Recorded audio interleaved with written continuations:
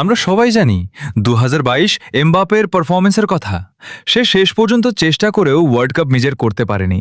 কিন্তু আপনি জানলে অবাক হবেন, পুরো ম্যাচ চলাকালীন এমবাপের হ্যাট্রিকের পর ও আর্জেন্টিনা একবারও চাপে পড়েনি। কারণ এটা কোনো প্রথমবার ছিল না যে তারা কোনো একটি প্লেয়ারের কারণে পুরো টিম চাপে পড়েছে। আর্জেন্টিনাকে যখন 2022 ওয়ার্ল্ড কাপের পর প্রশ্ন করা হয় কোন প্লেয়ারের বিপক্ষে তারা বেশি চাপে পড়েছিল, তখন তারা এমবাপের আগে নেইমারের নাম নেয়। Neymar in the Copa America in the final, we were trying to stop him and we just couldn't stop him. At that time, I thought. El rival que más te ha costado que vos. Neymar, al final de la Copa América. Animal. সালটা ছিল 2021 Copa America final. ওই দিন পুরো ব্রাজিলে একাই control করেছিল Neymar. তা থামানোর কোনো উপায় আর্জেন্টিনা পাচ্ছিল না। শেষ পর্যন্ত তারা তাকে ফাউল করার সিদ্ধান্ত নেয়, কিন্তু নেইমারকে যতবার ফাউল করা হয় সে বারবার উঠে